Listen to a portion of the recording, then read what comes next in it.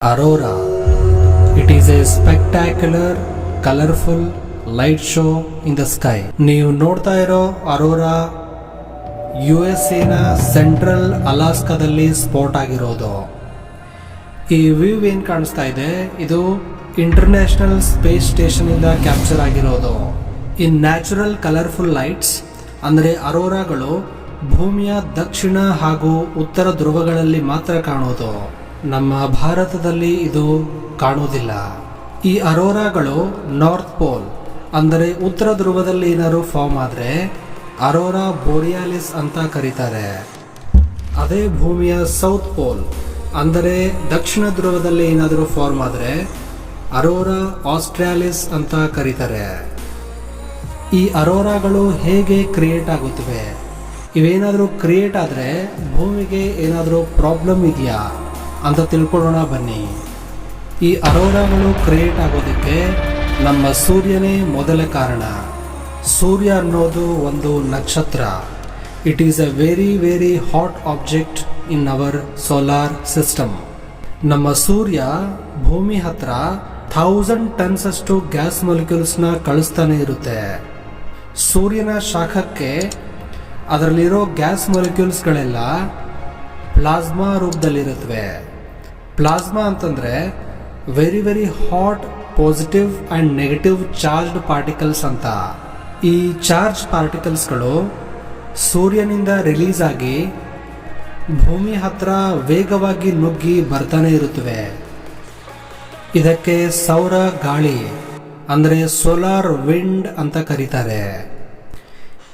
ಈ ಸೋಲಾರ್ ವಿಂಡ್ನ ವೇಗ ಎಷ್ಟು ಅಂದ್ರೆ almost 8 million kilometre per hour. ಸೂರ್ಯನಿಂದ ರಿಲೀಸ್ ಆದ ಸೋಲಾರ್ ವಿಂಡ್ ಜಸ್ಟ್ 6 ಅವರ್ಸ್ ನಲ್ಲಿ ಫಸ್ಟ್ ಪ್ಲಾನೆಟ್ ಮರ್ಕ್ಯೂರಿನ ರೀಚ್ ಆಗ್ಬಿಡುತ್ತೆ.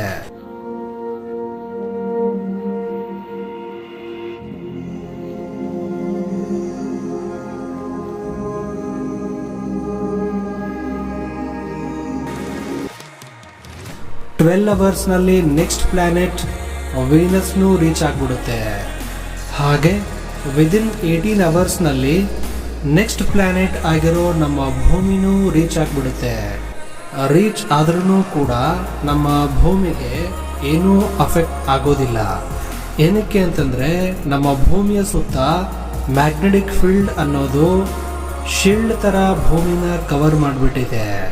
ಈ ಮ್ಯಾಗ್ನೆಟಿಕ್ ಫೀಲ್ಡು ಪ್ರೊಟೆಕ್ಷನ್ ಫೀಲ್ಡ್ ಆಗಿ ಎಲ್ಲಿವರೆಗೂ ಕೆಲಸ ಮಾಡುತ್ತೆ ಅಂತಂದ್ರೆ ಸೋಲಾರ್ ವಿಂಡ್ ವೀಕ್ ಇರೋವರೆಗೂ ಮಾತ್ರ. ಅದೇ ಏನಾದ್ರೂ ಸೌರ ಬಿರುಗಾಳಿ ಅಂದರೆ solar storm, coronal mass ejection ಅಂತ ಕರೀತಾರೆ. ಇದು ಏನಾದರೂ ಸೂರ್ಯನಿಂದ ರಿಲೀಸ್ ಆದರೆ ಭೂಮಿಯ ಪ್ರೊಟೆಕ್ಷನ್ ಶೀಲ್ಡ್ನೇ ಬೆಂಡ್ ಮಾಡಿ ಬ್ರೇಕ್ ಮಾಡಿಬಿಡುತ್ತೆ. ಈ ಥರ ಆದಾಗ ಭೂಮಿಯಲ್ಲಿರೋ ಗ್ಯಾಸ್ ಮಾಲಿಕ್ಯೂಲ್ಸು ಹಾಗೆ ಸೂರ್ಯನಿಂದ ಬಂದಿರೋ ಚಾರ್ಜ್ಡ್ ಪಾರ್ಟಿಕಲ್ಸು ಎರಡು ಇಂಟರಾಕ್ಟ್ ಆಗಿ along the magnetic field charged ಪಾರ್ಟಿಕಲ್ಸ್ಗಳು ನಾರ್ತ್ ಆ್ಯಂಡ್ ಸೌತ್ ಪೋಲ್ಸ್ನ ರೀಚ್ ಆಗುತ್ತವೆ. ಇದೇ ಚಾರ್ಜ್ಡ್ ಪಾರ್ಟಿಕಲ್ಸ್ಗಳು ನಾರ್ತ್ ಹಾಗೂ ಸೌತ್ ಪೋಲ್ ಹತ್ರ ಇರೋ ಗ್ಯಾಸ್ ಮಾಲಿಕ್ಯೂಲ್ಸ್ ಜೊತೆ ಇಂಟರಾಕ್ಟ್ ಆಗಿ ಕಲರ್ಫುಲ್ ಲೈಟ್ಸ್ನ ಕೊಡುತ್ತೆ. ಇದೇ ಬ್ಯೂಟಿಫುಲ್ ಲೈಟ್ಗೆನೆ ನಾವು ಅರೋರಾ ಅಂತ ಕರಿತೀವಿ. ಆ ಸೋಲಾರ್ ಚಾರ್ಜ್ ಪಾರ್ಟಿಕಲ್ಸ್ಗಳು ಭೂಮಿಯ ಆಕ್ಸಿಜನ್ ಜೊತೆ ಏನಾದರೂ ರಿಯಾಕ್ಟ್ ಆದರೆ red and green colour mixture of ಲೈಟ್ಸ್ನ ಕಾಣಬಹುದು. ಅದೇ ಏನಾದರೂ ನೈಟ್ರೋಜನ್ ಜೊತೆ ಮಿಕ್ಸ್ ಆದರೆ ಬ್ಲೂ ಮತ್ತು ಪರ್ಪಲ್ ಕಲರ್ನ ನೋಡಬಹುದು.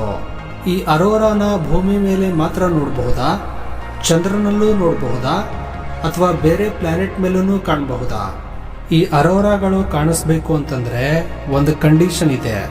ಅದು ಏನು ಅಂತಂದ್ರೆ ಆ ಪ್ಲಾನೆಟ್ಗೆ ಅಟ್ಮಾಸ್ಫಿಯರ್ ಇರಬೇಕು, ಹಾಗೇನೆ ಮ್ಯಾಗ್ನೆಟಿಕ್ ಫೀಲ್ಡ್ ಕೂಡ ಇರಬೇಕು.